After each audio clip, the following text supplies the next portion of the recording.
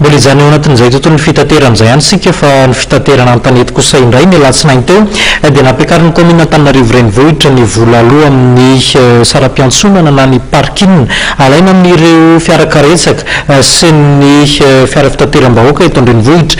Avy hatrany moa dia tsy nankasitraka azy io ny mpamily ny akapeo izy ireo moa izany. Tsy nanaiky ny fampiakaran'ny droit de parking nataon'ny commune Antananarivo renivohitra ireo taxi. Ny alatsany teo mantsy ny nivoaka ny lalàna mamaritra izany fampiakarana droit de parking izany.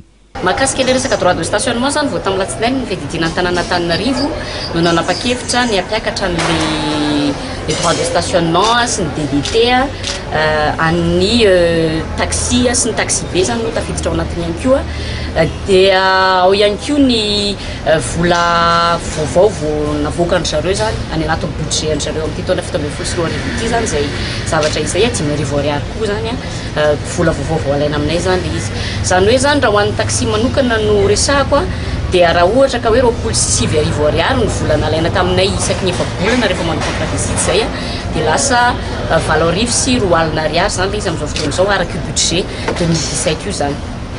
Dia vao nilatsaka zany iny fanapa-kevitra iny dia nietsika avy hatrany izay bao raha ho an'ny fikambanan'ny taxi Antananarivo renivohitra. Manoloana izany dia maneho ny heviny mahakasika io kosa ireo mpitondra taxi. Hitanareo ilay zany tokony mba iarana ilay fampiakarana an'ilay ao anatin'ilay hoe conseil municipal satria taxi zany hoe marina ny commune ny taxi kanefa raha tokony izy tokony mba misy conseil koa tokony mba maka birao taxi izy zay mba mampiakatra hoe mba takatra reo hoe nodrazao ka zay mba angatany an'ilay 3 jours ao anatin'ilay manamafy an'ilay président taxi moa zany tena marina hoe mba tokony mba misy fiara-miasa amin'ny anna fa dia tena amin'izao ke zany taxi tonga dia ohatrany hoe andro ihany zay tian-jareo atao hoe na parking satria tsisy parking raha sy ny diva antony fitaovana fotsiny atao zay tekavam-bola fotsiny.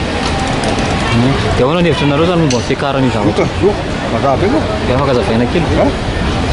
Mazava io tsy ekena daholo ndraika rehetra io tekavan'ny commune hatramin'izay tsisy ninona mandeha tsara io nge tsy mahafoana ny any zato tsy mahafoana an'ilay plante vala zay tafidoa tsy mahafoana avy ninona ataonao ninona ataonao. Tao reny fampiakarana ny droit de parking io dia nanantona ny CTU ny biraon'ny taxi mba hifampiresaka satria samy voakasika izany avokoa ny andaniny sy ny ankilany. Raha hanambarany vondron'ny taxi mantsy dia ataon'ny commune fitadiavam-bola fotsiny izy ireo.